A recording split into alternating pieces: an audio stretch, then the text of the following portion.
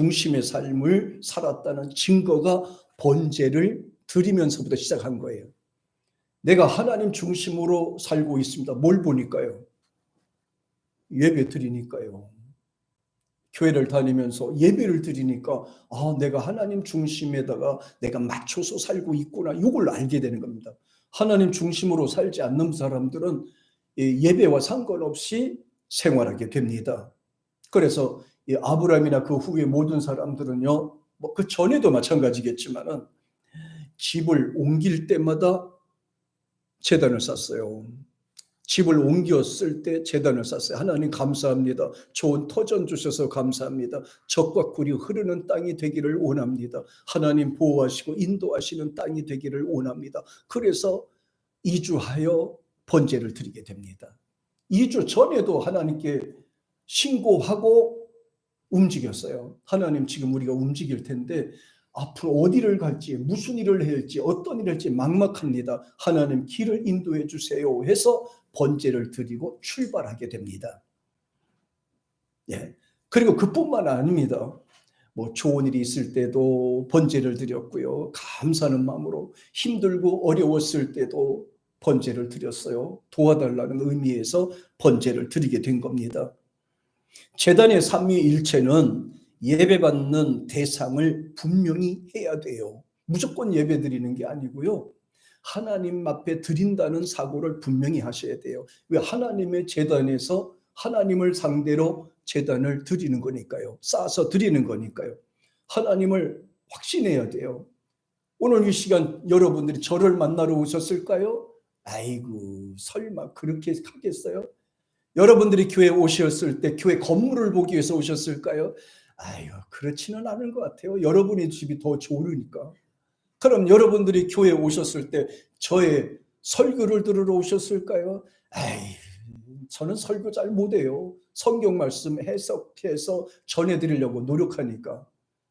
그럼 여러분들이 이 시간에 왜 오셨을까요? 하나님을 만나기 위해서 와야 되는 줄 믿습니다. 하나님의 목적이 되어야 된단 말이에요. 살아계신 하나님을 생각하셔야 되는 거예요. 이 시간 저를 보든 말씀을 통해든지 찬양을 통해든지 기도를 통해든지 살아계신 하나님을 인식하고 응답받으시기를 축복합니다. 그 다음에 두 번째는 뭐가 중요하냐면요, 하나님 앞에 예배 드리는 과정이요, 정성과 믿음요, 이게 필요하다니까. 이게 제단 쌓는 거란 말이에요. 찬양 드리고 기도할 때, 그래서 기도할 때도 열심히 준비해서, 찬양할 때도 목소리를 높여서 찬양합니다. 어떻게? 목이 터져라 하는 거. 목이 터져라. 목이 터져라, 그렇게 하는 거예요. 그래서 제가 찬양 중에서 요새 뭐 잘 불러지지도 않는데 제가 그 좋아하는 찬송이 있어요. 예, 거기에 보면 이제 그랬죠. 나를 위해 죽으신 주님을 위하여 하나뿐인 이 성대 주님께 드리리. 어찌하니 기쁘랴 목은 아파와도. 목은 아파도 하나님 앞에 이 목소리로 찬양 드릴 수 있다는 것이 얼마나 감사해요. 찬양 드릴 수 있어서 얼마나 감사하냐고요. 생명이 끊어지면 찬양도 못해요. 찬양도 못해요. 그래서 제단 쌓을 때, 하나님 앞에 영광 돌릴 때 찬양과 기도는 말씀을 통해 아멘하면서 제단을 쌓고, 그 다음에 내 자신이에요. 마음을 다하는 거예요. 뜻을 다하는 거예요. 목숨을 다하는 거예요. 제단을 쌓는 것은 사람에게 하는 것이 아니고, 사람에게 잘 보이기 위해서 하는 것도 아니고, 전능하신 하나님을 대상으로 하는 겁니다. 저는 설교 준비할 때도 하나님 앞에서 설교한다고 생각을 하고 설교해요. 그래서 대충 할 수 없어요. 하나님, 예수님이 지금 함께 하시고 보고 계시다고 생각하고 설교를 준비하고 설교를 하고 있어요. 그러니까 작은 말 한마디도 어떻게 쉽게 할 수가 없어요. 귀하고 소중하잖아요. 나 혼자 같으면 내 마음대로 하고 농담 따먹기도 하고 즐겁게도 하고 내 마음대로 하고 싶어요. 그런데 아니에요.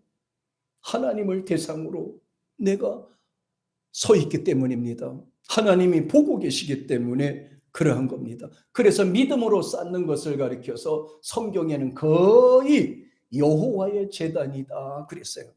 하나님의 제단이다 그랬어요. 우리가 제단을 쌓도, 우리가 믿음으로 쌓도 하나님의 제단, 여호와의 제단이다, 그렇게 성경은 말씀하고 있습니다. 제단을 쌓고 예배를 드리면 예배 장소를 기점으로 해서 놀라운 일이 생기는 겁니다. 예수님께서 이 땅에 오셨을 그 시간을 기점으로 해서, 그 기호를 시작으로 해서, 그 신호를 시작으로 해서 지나간 세상과 새로운 세상으로 바뀌어졌잖아요. 예수님이 오시기 전은 주전이라고 하고 BC라고 합니다. 예수님이 오시고 난 이후부터는 AD라고, 주후라고 하는 겁니다. 주전과 주후로 바뀌어졌어요. 마찬가지로 예수 믿는 우리가 예배드리는 이 시간을 기점으로 해서 우리의 삶이 새롭게 변화되는 시간이다. 성경에 어디 그런 게 있습니까? 그럼요, 있죠. 출애굽기 17장 15절에 한번 보세요. 자, 같이 한번 읽어봅니다. 시작. 모세가 단을 쌓고 그 이름을 여호와 니시라 하더라. 여호와 니시라 하더라. 단을 쌓고 제단을 쌓고 그 이름을 여호와 니시라고 불렀어요. 하나님 앞에 예배를 드리고 그 기점으로 해서 하나님이 이기게 하시고 하나님이 감당하게 하시고 헤쳐나갈 수 있는 지혜와 믿음과 능력을 주시고, 언제부터예요? 바로 예배를 기점으로 시작하는 겁니다. 그래서 니시라는 말은 히브리 원어에서는 네스라는 이름으로 사용이 돼요.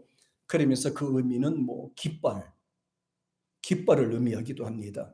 그리고 기호를 의미하기도 하고 신호를 의미하는 내용이에요. 네.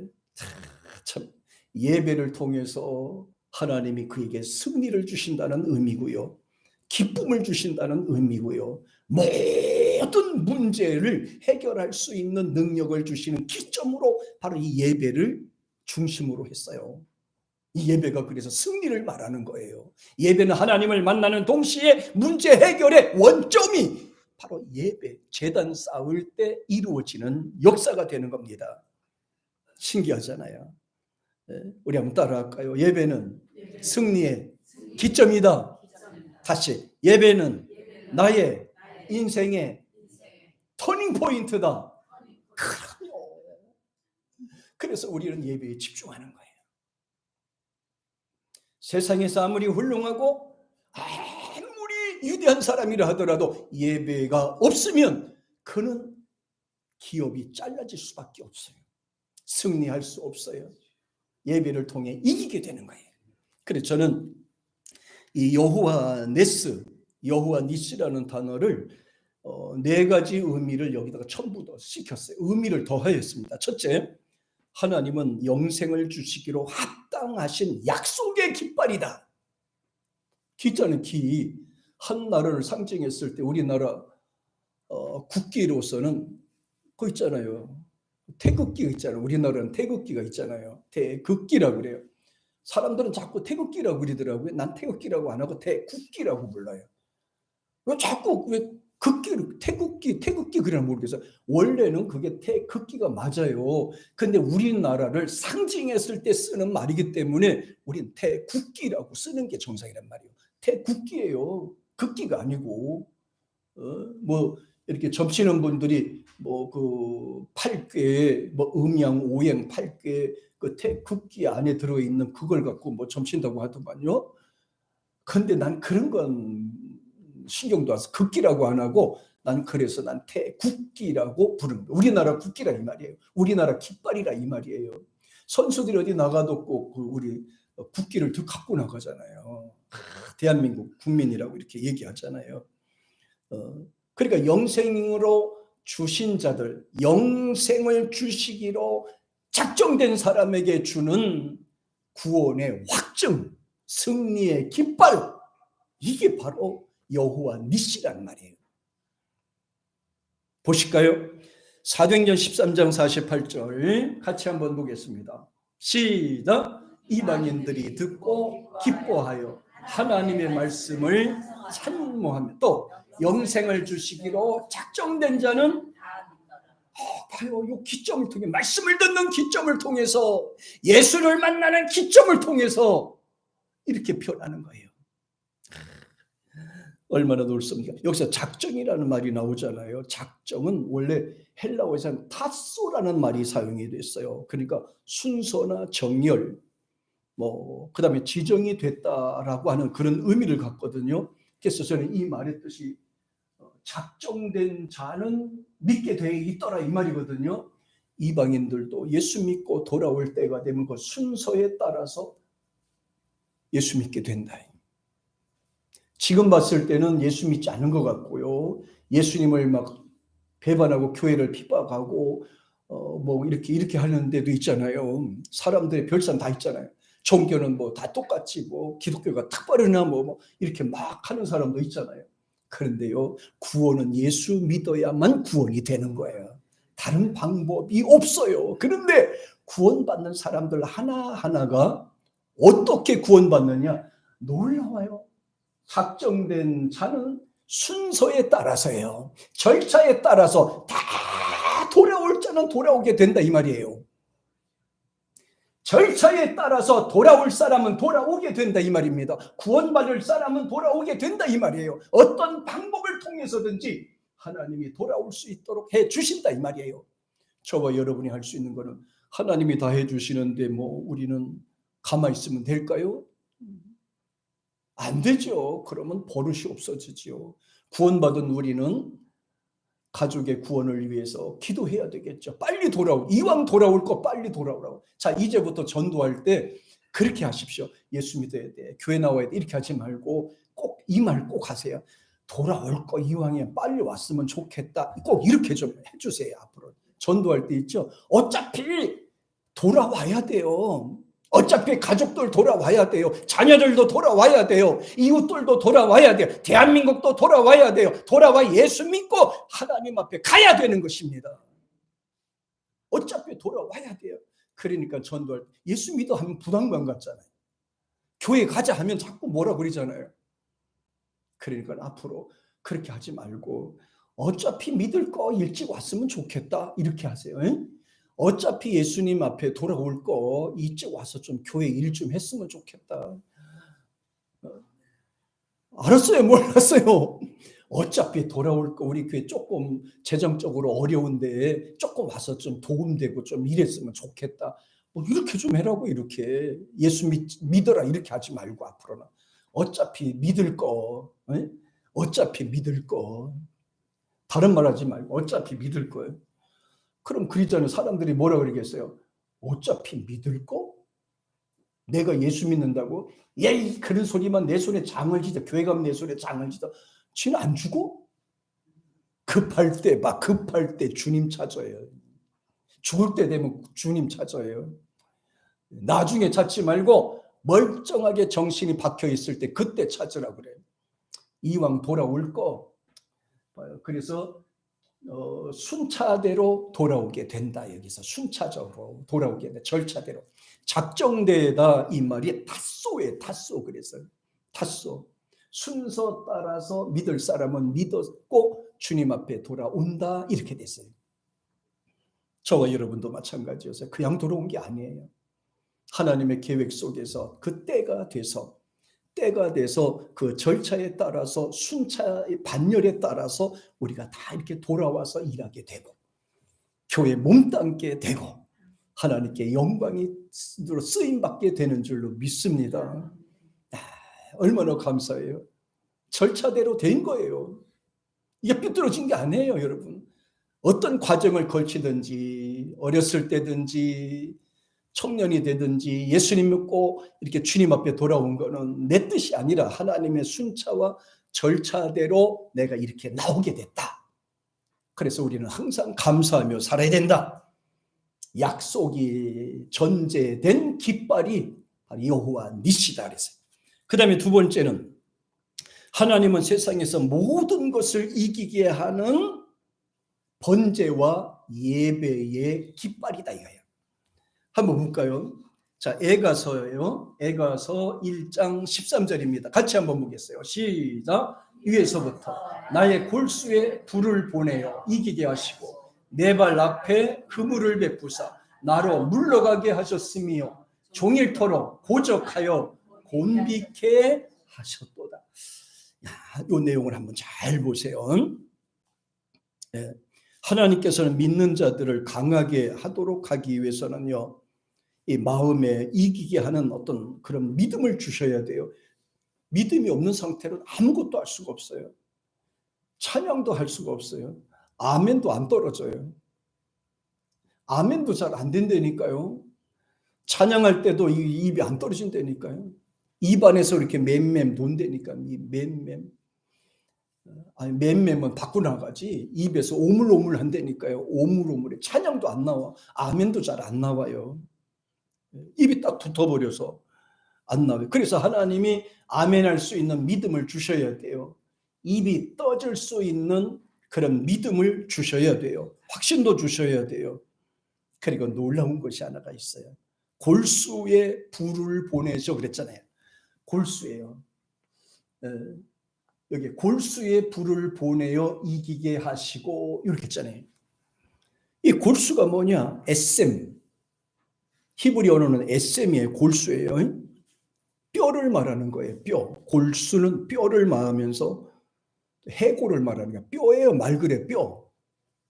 그리고 또 정신적인 의미에서는 자기 생각과 자기 고집과 사상을 자아를 표현할 때 쓰는 말이 바로 에셈이란 말이에요. 그런데 하나님께서는 당신의 자녀로 만들기 위해서는 반드시 세 가지를 해결해야 주셔야 됩니다. 그래야 믿음이 들어요. 첫째, 정신을 바꿔야 돼요. 인간의 정신과 세상 지식으로 쌓여있는 이런 잘못된 정신들을 이거 뜯어 고쳐야 돼요. 근데 이걸 뜯어 고치는데 이건 내 힘으로 안 돼요. 내 능력으로 안 돼요.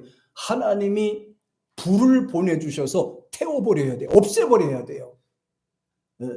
이걸 뜯어 고친다니까 좀 힘들잖아요. 그러니까 하나님이 성령의 불을 보내주셔서 옛날에 잘못된 기억들을 이걸 삭제시켜 주셔야 된다니까요. 없애버려야 돼. 이걸 잘못된 생각들을 없애버려야 돼.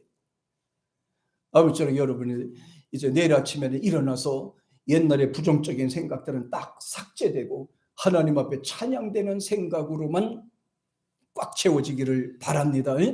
아침에 일어나 찬양하는 생각 말이에요. 하나님이 불을 보내주셔서 잘못된 생각을 삭제해 주시고 태워버리고 없애주시고 잘못된 생각을 말이에요. 네.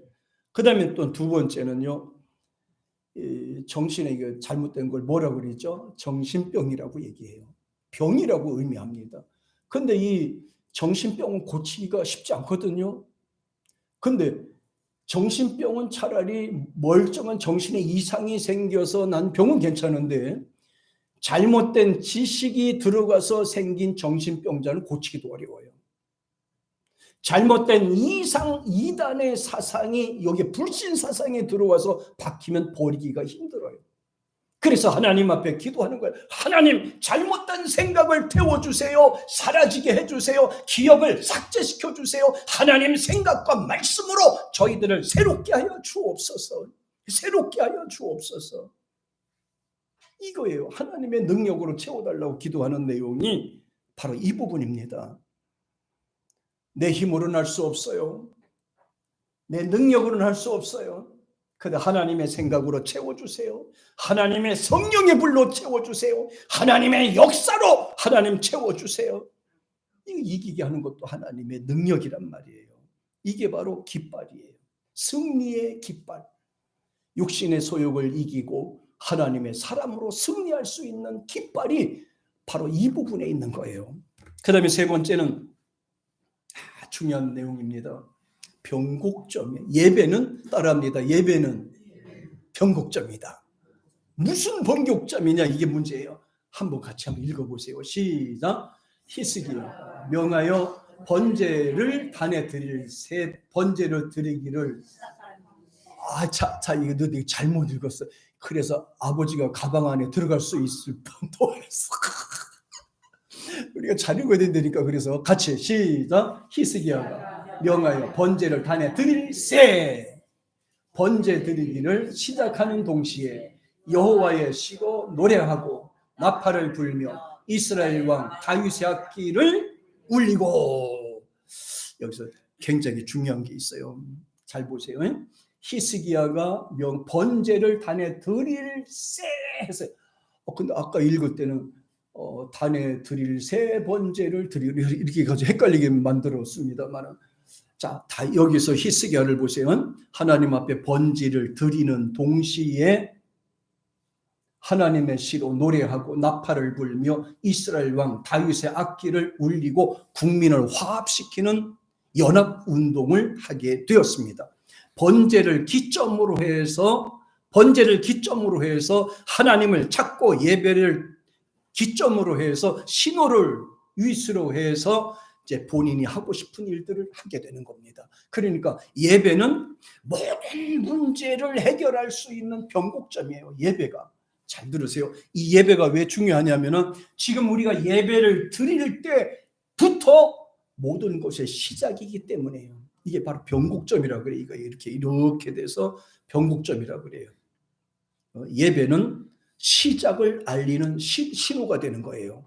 예배는 모든 문제가 해결되는 시작점이 되는 거예요. 예배는 바로 하나님을 만남으로써 내 문제가 사라지고 오직 하나님을 바라면서 그 말씀대로 시작돼 나가는 아주 중요한 내용이에요. 그러니까 여기서는 잊혀지지 않으면 새로워지지 않잖아요. 하나님을 만나면서 새로워지는 거예요. 하나님을 만나면서 새롭게 되는 거예요. 새로 출발하는 거예요. 그게 바로 이 시작의 변곡점이다. 저는 이렇게 이 문제를 이렇게 얘기를 했어요. 자, 또 얼마나 중요한 내용인지 보세요. 히스기야는 번제를 드리고 행사를 시작을 하죠. 번제를 드리고 일을 시작합니다. 번제를 드리고 자기 생각을 펼치게 됩니다. 번제를 드리고 이 왕궁의 행사를 진행하게 됩니다. 왜냐하면 하나님이 도와주실 줄로 믿기 때문입니다. 하나님이 함께 하시기 때문에 그는 이렇게 믿게 된 겁니다. 그 다음에 네 번째입니다. 자, 출발 신호가 예배다. 잘 보세요. 언제부터 시작하느냐? 요한복음 4장 23절 같이 시작. 하나님께 참으로 예비하는 자들은 신령과 진정으로 예비할 때가 오나니 곧 이때라. 아버지께서는 이렇게 자기에게 예비하는 자를 어떻게 한다? 찾는다 그랬잖아요. 언제 찾는다? 예배 시간에 당신의 자녀들을 찾는 시간이다. 그러니까 우리가 일반적으로 봤을 때는 하나님을 만나는 시간이 바로 예배란 말이에요. 하나님께서는 예배를 통해서 당신의 자녀들을 만나주시고 은혜를 주시고 문제 해결을 주시고 확신을 주시고 복을 주시고 신령한 은사를 내려주시는 시간이 바로 예배라는 거예요. 그 예배를 통해서 우리가 다시 거듭나고 시작하는 아주 중요한 시간이 되는 거예요. 그러면서 24절에 보니까 이렇게 말씀하세요. 하나님은요, 사람처럼 나타나시는 게 아니라 영으로 나타나세요. 시작. 하나님은 영이시니 예배하는 자가 신령과 진정으로 예배할지니라. 이렇게 말. 하나님은 영이시니 너희가 마음을 다하고 힘을 다하고 능력을 다하고 하나님 앞에 정성을 들여서 예배에 동참하라. 이 부분을 강조하셨어요. 예수님도 세상에서 이기는 자를 예배에다 초점을 맞췄어요. 자, 볼까요? 계시록 3장 12절에 보니까 이렇게 말씀하셨어요. 자, 같이 한번 보겠습니다.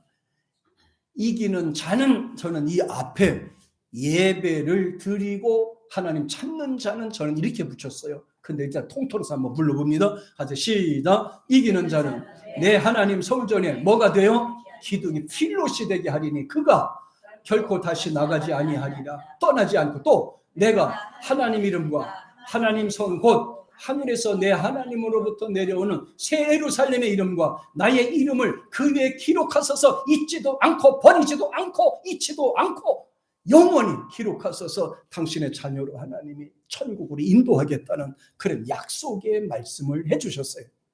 얼마나 중요한 겁니까? 얼마나 중요한 부분입니까? 그러면서 말합니다. 계시록 21장 7절에 보니까 이렇게 말씀하세요. 시작. 이기는 자는 이것들을 유업으로 얻으리라. 나는 저희 하나님이 되고 그는